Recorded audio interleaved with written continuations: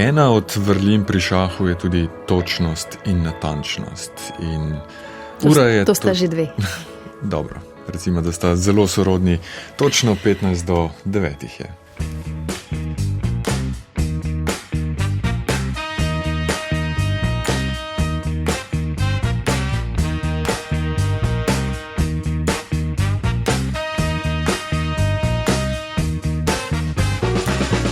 Ja, in eno od vrlin je tudi ta, da ne motiš sotekmovalca. Ajda. Ja, dobro jutro, torej še v stalni petkovi praksi, antikvizu, ki se ga tokrat gremo oziroma ga posvečamo meni kar zelo ljubi igri šahu. Zakaj? Ker imajo jutri v ZDA eni od šahovskih velesil dan šaha.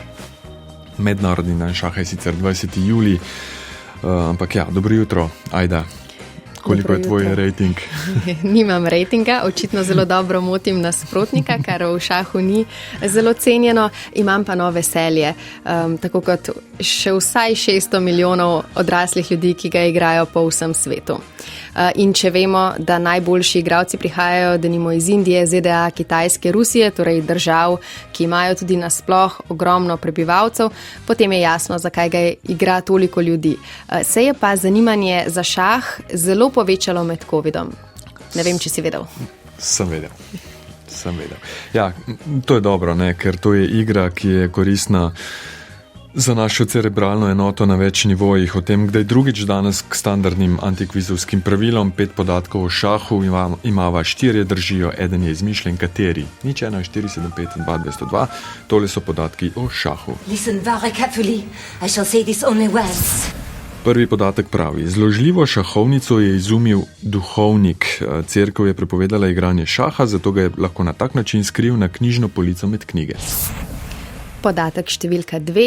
Zanimiva oblika psihofizičnega duatlona oziroma biatlona, ki je popularna v nekaterih delih sveta, je takšna. Tekmuje se v 11 krogih, tekmovalca pa se izmenjavata oziroma izmenično tekmujeta v šahu in boksu. Tretji podatek pravi, šahovska pravila so se zadnjič konkretno spremenila v 15. stoletju, ko je vplivna španska kraljica Izabela, do takrat manj pomembno kraljico, ki se je lahko premikala le po eno polje, spremenila v najmočnejšo figuro na šahovnici. Številka 4. Benjamin Franklin se je šah naučil igrati v Parizu. Ko je nekoč med partijo pojedel kralja, mu je soigralec razložil, da se kralja ne sme pojesti, Franklin pa mu je odvrnil, da se v ZDA sme. In še 5. zadnji podatek, avtor enigme, naprave, ki so jo nacisti uporabljali za šifriranje sporočil, je bil šahovski velemojster. 0, 1, 4, 7, 5, 2, 202, kateri od 5 podatkov ne drži.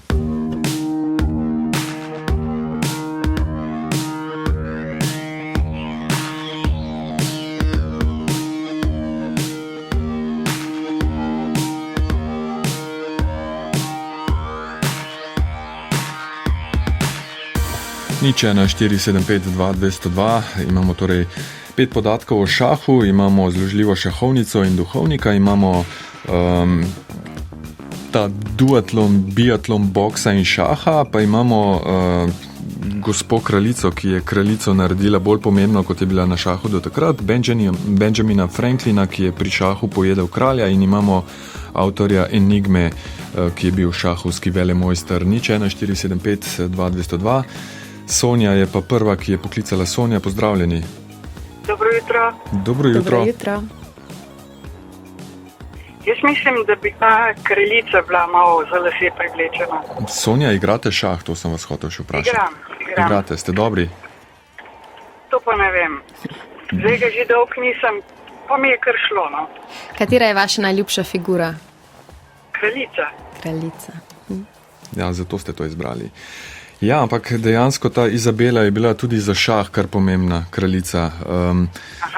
Ja, nekajkrat so se spremenila pravila skozi zgodovino, ne? In ena kar velikih sprememb se je zgodila v 15. stoletju. Do takrat je na šahovnici poleg kralja stal kraljevi ali kraljev svetovalec, v Indiji so mu rekli minister mantri, v Perziji in Turčiji vazir oziroma vezir in tako naprej. Šah je takrat začel osvajati tudi srednjeveško katoliško Evropo, kjer so igralci figuro poleg kralja začeli, ker je bila poleg kralja, klicati Kraljica. Ja. No, in tu v zgodbo stopi Izabela II. Kastilska, znana tudi kot Izabela Katoliška.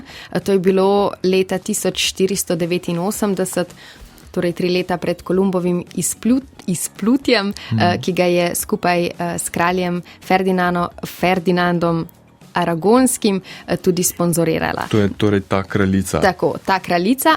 Kaj pa se je zdaj zgodilo s to kraljico? Ja, do takrat je bila kraljica oziroma pomočnik na šahovnici manj pomembna figura, ki se je premikala samo po eno polje, tako kot kralj. To je bil pa seveda čas zaključka rekonkviste, ponovnega osvajanja Iberskega otoka izpod muslimanov.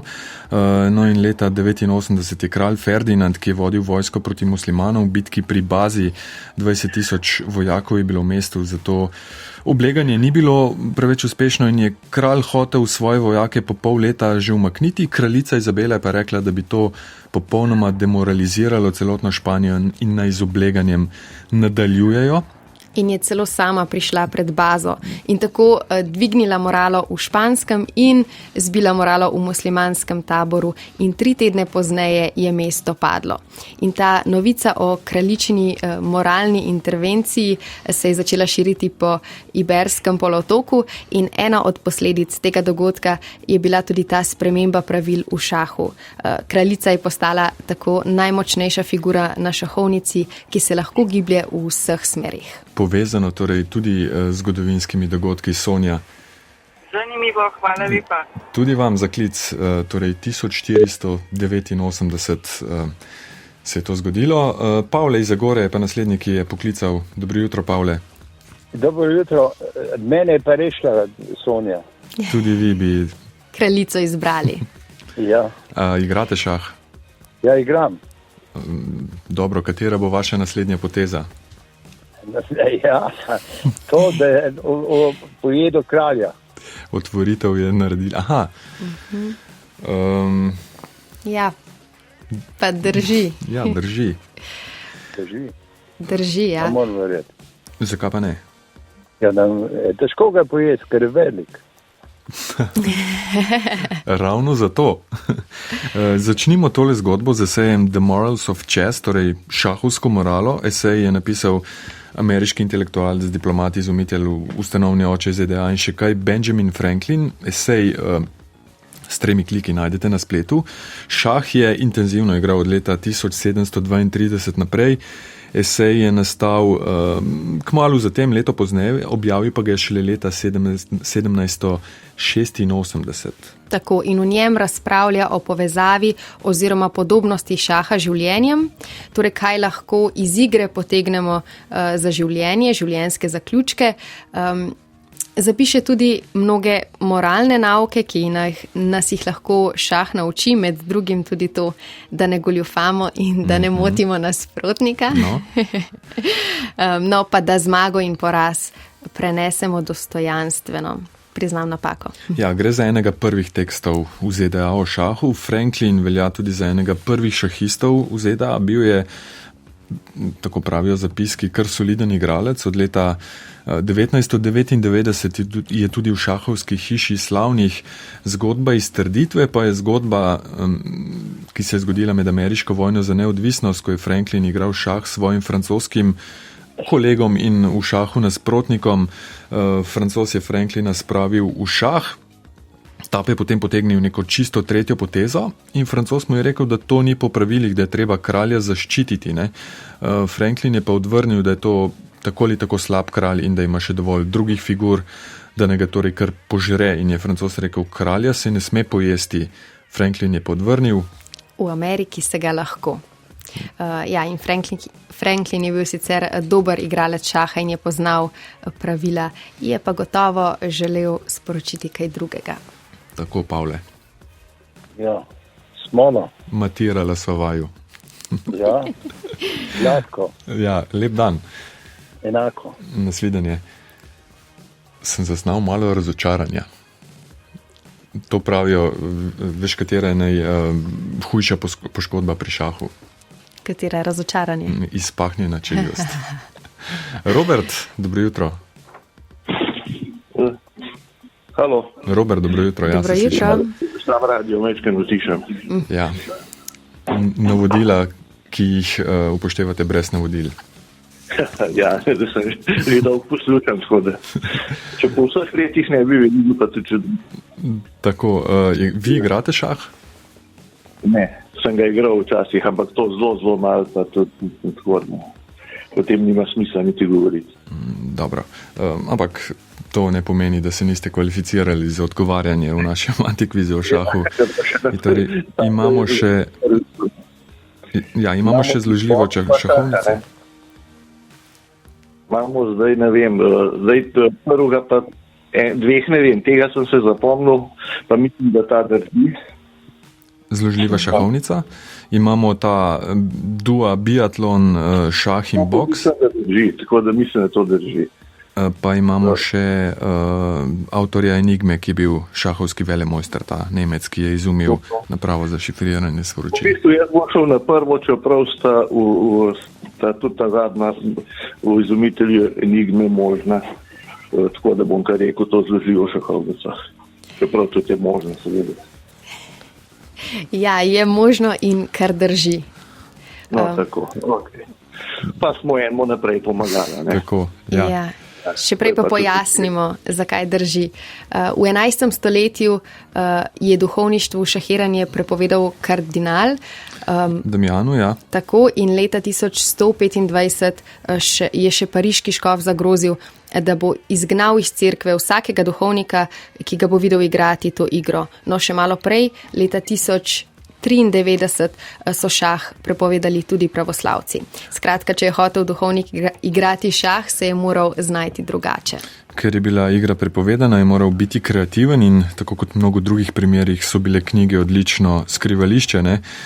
Takrat si je pariški duhovnik potem zamislil, da bi lahko naredil zložljivo šahovnico, v kateri bi bile skrite tudi figure, hkrati pa bi ta šahovnica lahko zgledala kot knjiga in bi jo tudi postavil na knjižno polico med knjige, ker bi bila tako kot dve knjigi skupaj, obe polovici šahovnice. To je torej zgodba o nastanku zložljive šahovnice, ki jo ima verjetno doma kar večina gospodinstev, ki ima šah, se pa vmes izgubilo ime tega izumitelja, duhovnika.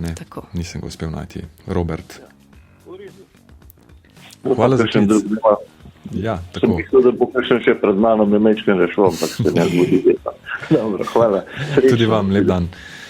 Ja, Jure bo morda tisti, ki bo imel več sreče, več znanja ali pa pravi podatek pri roki, potezo več. Potezo v rokavu. Ja, Jure, dobro jutro, dober dan. Dobro jutro. Torej, imamo še... A lahko tega le petega ponoviva v celoti? Avtor Enigme, naprave, ki so jo nacisti uporabljali za šifriranje sporočil, je bil šahovski velemojster. Tista druga, ki je še ostala, je pa zanimiva oblika psihofizičnega duatlona, biatlona, je popularna v nekaterih delih sveta, tekmuje se v 11 krogih, v katerih tekmovalca izmenično tekmujeta v šahu in boksu. Ja, bova rekla 5. Dobro bova rekla, bravo. Zdaj ste pa vi naju. Hvala Pavletu, hvala Robertu. Oba smo dobro sklepala. Ja, zakaj vas je tale zmotil?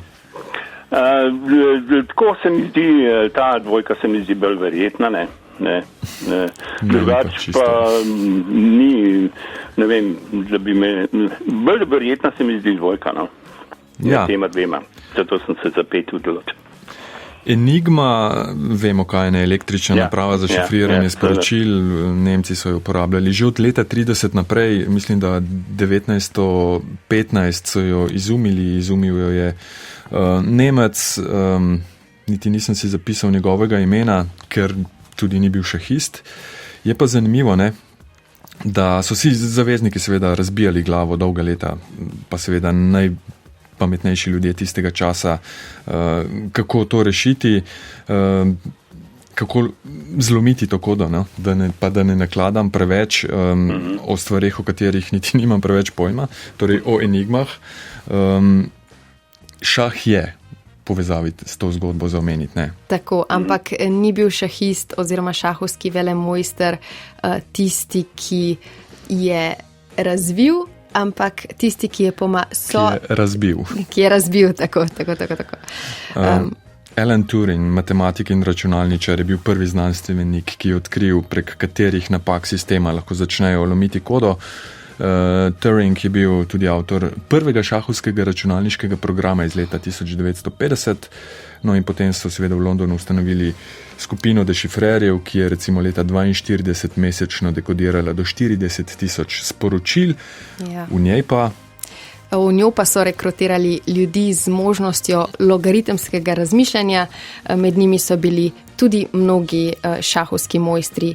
Hugh Alexander je nosil to titulo, Harry Golombek, je bil večkratni britanski prvak, med leti 38 in 56, Stuart Milner Berry prav tako, torej kar nekaj njih. Težko bi rekli, da je bil šah tisti uspeh pri lomljenju kode, je bil pa zagotovo njihov skupni imenovalec. In očitno so šahisti ljudje s specifičnimi umskimi zmožnostmi. Ja, tako, Jure, igrate šah? Ja, občasno. Ste dobri? Zdaj je moral reči, da. Imate specifične umske zmožnosti. Večkaj ne pretiravam, ne. Včasih smo več, ampak zdaj malo manj. Lahko spet Tako, začnete. ja, mislim, da zelo dobra, taka obsežna obrazlaga, tako da si jim še enkrat pogledal v ponovitvah. No, V redu. super, hvala, Jure. Lep dan. Lep dan tudi vam, pa pustite podatke pri Borisu v režiji, da vam Hvala. pošljemo nagrado. Zdaj pa še ta šahboks, ali kako bi temu Šahboks, rekli. Ja. Meni najbolj čudna in najbolj nenavadna trditev od vseh petih v bistvu. Chessboxing v originalu. Ja. Torej kombinacija dveh športov, šaha, boksa, kot sva rekla. Igralci igrajo 11 krogov, rund, izmenjujejo se v šahu in boksu, torej začnejo najprej šahom in ko je igre konec, oziroma igre je konec takrat, ko pride do ali šahmata ali knockouta. Ja, hitropotezni šah igrajo. V boksarskem ringu to poteka, ob njega postavijo šahovnico. Je posebej priljubljen ta hibrid v Veliki Britaniji, Indiji, na Finskem, Franciji, Rusiji. Mislim, da je preko 20 zvez vključenih v to šahovsko-boksarsko zvezo. Zanimivo je tudi, da so kategorije določene samo po spolu in teži tekmovalcev, ne pa tudi po kakem šahovskem rejtingu. In še to, zametki tega športa so se začeli pojavljati že v 70-ih, v 90-ih pa jih je v splošno zavest tega, pač našo splošno zavest, ta chessboxing v svoji skladbi The Mystery of Chessboxing prinesla skupina Wu-Tang Clan, bolj kot sami skladbi v videospotu za njo, kjer se tepejo pa hkrati igrajo šah. Tako, hvala. Ajda, hvala pa tudi vam, ki ste sodelovali v tokratnem antikvizu, čeprav ste morebiti sodelovali samo s svojimi ušesi.